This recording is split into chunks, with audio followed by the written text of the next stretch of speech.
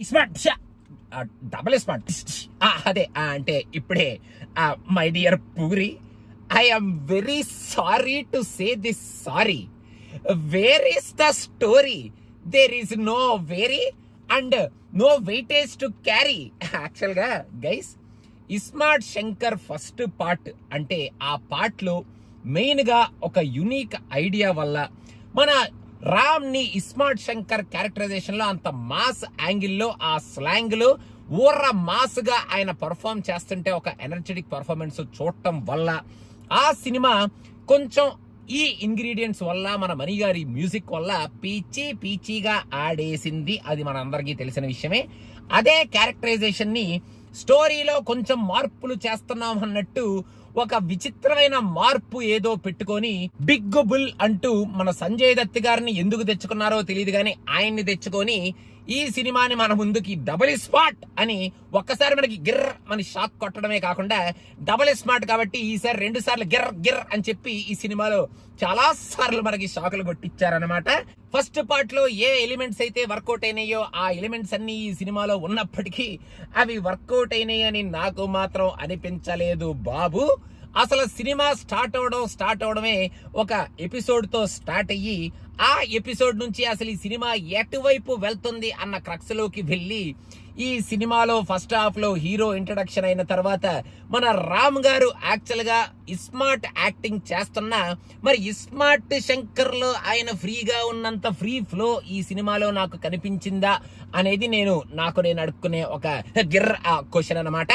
కాకపోతే అక్కడక్కడ ఆయన చెప్పే డైలాగులు కానీ ఆ యాక్టింగ్లు కానీ కొంచెం ఫోర్స్ చేస్తున్నారా ఏమిటి ఈ క్యారెక్టర్ ని మళ్ళీ రిపీట్ చేయడానికి మనకి అన్నట్టు అనిపించింది నాయన. ఫస్ట్ హాఫ్ లో అసలు యాక్చువల్ గా సీన్లు వస్తూ ఉంటాయి. ఒక సీన్ కి ఇంకో సీన్ కి అసలు లాజికల్ కనెక్షన్ ఏమి ఉండదన్నమాట. మనం చూస్తూ ఉంటాం, ఓకే ఈ సీన్ తర్వాత ఈ సీన్ వస్తుంది అనమాట, ఓకే ఈ సీన్ తర్వాత ఇంకో సీన్ వచ్చిన తర్వాత అన్నమాట అన్నట్టు అలా సీన్లు వస్తూ ఉంటాయి.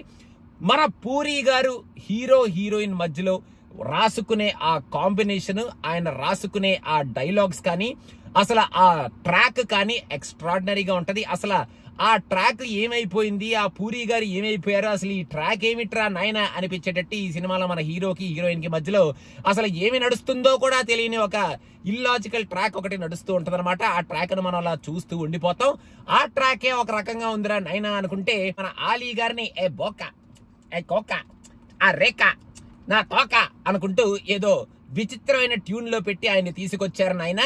పూరి గారు ఇంతవరకు మన ఆలీ గారికి రాసిన ట్రాక్స్ లో I think this is the most, దీన్ని ఇంకా ఏవనాలో కూడా తెలియదు నాయన. ఒక రకమైన యాంగిల్ పెట్టుకొని ఈ డైలాగులు ఏమిటో ఆయన ప్రెజెంటేషన్ ఏమిటో ఏ బోక ఏ కేక నన్ను పీక గట్టిగా యాక అన్నట్టు ఆ ట్రాక్ వచ్చినప్పుడల్లా అబ్బా ఏమిట్రా బాబు ఇంత నాస్టీగా ఉందేంట్రా ఈ ట్రాక్ అనేటట్టు అనిపించింది బాబు. ఆ ట్రాక్ ఫస్ట్ హాఫ్ లో అసలు కాన్సెప్ట్ ఏమైందిరా నాయన అనుకునేటప్పటికే మన సంజయ్ దత్ గారి మధ్యలో వచ్చినప్పుడల్లా బిగ్ బుల్ అన్నట్టు అరుస్తూ వెనకాల మన మణి గారు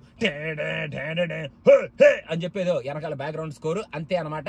ఫస్ట్ హాఫ్ లో ఈ బ్యాక్గ్రౌండ్ స్కోర్ ఏ బోకా ఏ రేఖ అని మళ్ళీ మన హీరో హీరోయిన్ ట్రాక్, మళ్ళీ ఈ బ్యాక్గ్రౌండ్ స్కోర్, ఇవే సీన్లు రిపీట్ అవుతూ ఉంటాయి. అసలు మన ఆలీ గారి ట్రాక్ మధ్యలో అలా సినిమా మొత్తం తీసి ఆ టుపుక్ ఆ లపక్ ఆ చుపుక్ ఆ జమక్ అన్నట్టు అలా సినిమా మొత్తంలో అలా సర్దేసినట్టు ఆయన ట్రాక్ ఉంటది.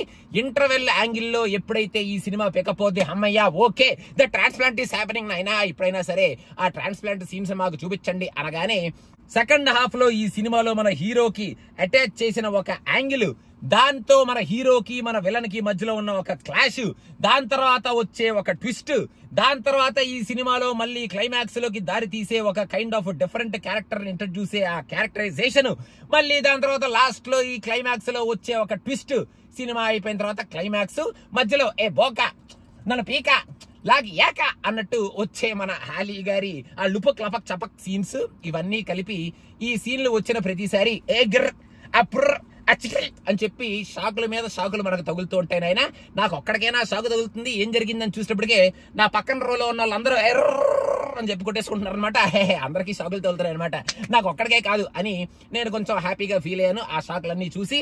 మొత్తానికి ఇంత సినిమా అంతా అయిపోయిన తర్వాత డబుల్ ఇస్మార్ట్ అని మనకి ఇస్మార్ట్ శంకర్ మళ్ళీ ఇంకోసారి ఇంట్రడ్యూస్ చేసి గిర్ర అని చెప్పి ఒక షాక్ కాదు జిపిక్ జిపిక్ అని చెప్పి 2 షాకులు ఇచ్చి థియేటర్ నుంచి బయటకు మనం ఏ కోక ఏ రేఖ అన్నట్టు మన ఆలీ గారి స్టైల్లో బయటకు వచ్చేయాల్సిన పరిస్థితిలో ఈ సినిమాని మన ముందుకు తీసుకొచ్చారనమాట. కాకపోతే ఈ సినిమాలో నాకైతే పూరి గారు రాసిన డైలాగ్ ఇది కదరా, పూరి గారి డైలాగ్ ఇది కదా, పూరి గారి క్యారెక్టరైజేషన్ ఇది కదా, పూరి గారి హీరో హీరోయిన్ కాంబినేషన్ ఇది కదా, పూరి గారి విలన్ క్యారెక్టరైజేషన్ అన్న కైండ్ ఆఫ్ సీన్లు ఎక్కడా కనపడలేదు. మన కామెడీ ట్రాక్ కూడా అబ్బా అనిపించిన జనాలు థియేటర్లో కొన్ని సీన్లకి కొన్ని డైలాగులకి నవ్వుతున్నారు. నాయన నా చిప్పు దొబ్బిందేమో అని నేను ఇంకా okay, my problem is in my chip, I have to go and transfer my memory to somebody else or get their memory into my chip because I couldn't enjoy any element of this movie అనేటట్టు నేను theatre నుంచి బయటకు వచ్చాను. కాబట్టి ఏం అర్థం కావట్లేదు అనమాట. రామ్ డిడ్ హిస్ బెస్ట్, ఆయన ఆ క్యారెక్టర్ లో మళ్ళీ రీలివ్ చేయడానికి హీ డిడ్ హిస్ బెస్ట్. కానీ ఈ సినిమాలో మరి డైలాగుల వల్ల మరి ఆ క్యారెక్టరైజేషన్ ని మరి మనకి రుద్దడానికి ట్రై చేయడం వల్ల మరి ఎక్కడ ఆ క్యారెక్టరైజేషన్ మనకి ఫస్ట్ పార్ట్ లో ఇంప్రెస్ చేసినంతగా ఇక్కడ ఇంప్రెస్ చేసింది అని నేను చెప్పను. మన కావ్య అలా వస్తది, ఆ అమ్మాయికి ఏదో డిఫరెంట్ షేడ్స్ ఉన్నట్టు షేడ్స్ ఏదో చూపిస్తారు, just she is there for the romance and for the glamour quotation of this movie అన్నట్టు ఆ అమ్మాయి ఉంటుంది అనమాట. బెంట్లీ అంటే కార్ అనుకున్నారు ఈ సినిమాలో క్యారెక్టర్. ఆ అమ్మాయి ఫస్ట్ నుంచి లాస్ట్ వరకు మన కావ్య కన్నా ఎక్కువగా కనిపిస్తుంది. ఆ అమ్మాయిని మాత్రం బెంట్లే అన్నట్టు బాగానే వాడుకున్నారు ఈ సినిమాలో ఫస్ట్ నుంచి లాస్ట్ వరకు.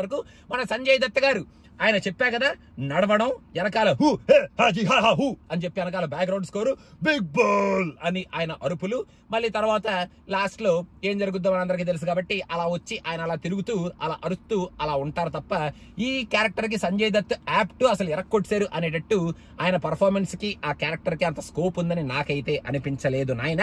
ఇంకా మన సియాజీ షిండే గారు కూడా రా ఏజెంట్ అని, అది ఏమిటో రా ఏజెంట్లు మరి అంత రాగా మన పూరి జగన్నాథ్ గారి సినిమాల్లో ఎందుకుంటారో నాకైతే అర్థం కావట్లేదు. సో మొత్తానికి మన మణి గారు ఇచ్చిన 1-2 మ్యూజిక్లు బానే ఉన్నాయి, కానీ మరి కోక ఆ రేఖ అని చెప్పి ఒక డీజే బ్లాస్ట్ ఏదో కొట్టారనైనా మన ఆలీ గారి క్యారెక్టర్ కి. ఆ క్యారెక్టర్ లో ఒక బూత్ మాట కూడా నాకైతే వినిపించింది, మరి ఆ బూత్ మీకు వినిపించిందో నా చిప్పు దొబ్బిందో నాకైతే అర్థం కావట్లేదు. లాస్ట్ లో శివుడికి ఈడిఎం బీట్ ఒకటి కొట్టారు, అదైతే ఆ ట్రాన్స్ మ్యూజిక్ కొంచెం బానే కొట్టారు. కానీ ఇంత కలిపి అన్ని ఎలిమెంట్స్ పెట్టుకున్నా నాకు తెలిసి ఫస్ట్ పార్ట్ క్రియేట్ చేసిన ఇంపాక్ట్ అయితే ఈ సెకండ్ పార్ట్ నాకైతే క్రియేట్ చేయలేదు. థియేటర్ లోంచి బయటకు వచ్చేటప్పుడు ఈ సినిమాని చూసాము అన్న కైండ్ ఆఫ్ మెమరీని వేరే వాడికి అడగేలా పెట్టేద్దామా అని ఎత్తుక్కుంటూ థియేటర్ లోంచి మన ఆలీ గారి స్టైల్లో అనుకుంటూ ఈ చిప్పుని ఎవరికైనా పెడతామా అని ఏ కోక ఏ రేఖ నన్ను పీక అన్నట్టు ఎవరి చేత పీకించుకుందామా అప్పుడు మర్చిపోతామేమో గిర్ర అని చెప్పి షాక్ కొట్టి అనేటట్టు నేను ఇంకా థియేటర్ నుంచి బయటకు వచ్చాను అనమాట. మీకు ఈ వీడియో నచ్చితే సినిమా పిచ్చాను కనుక ఫాలో అవ్వాలనుకుంటే ఆ కింద సబ్స్క్రైబ్ బటన్ ని ఆ గిర్ర మనం అనుకోకుండా టక్మని కొట్టేయండి. ఇస్మార్ట్ గిర్ర డబల్ గిర్ ఇస్మార్ట్ శంకర్ అనమాట. Puri please puri don't want to say sorry puri, please come back with a strong story Puri. Please, we want to see the previous Puri. Please Puri, please.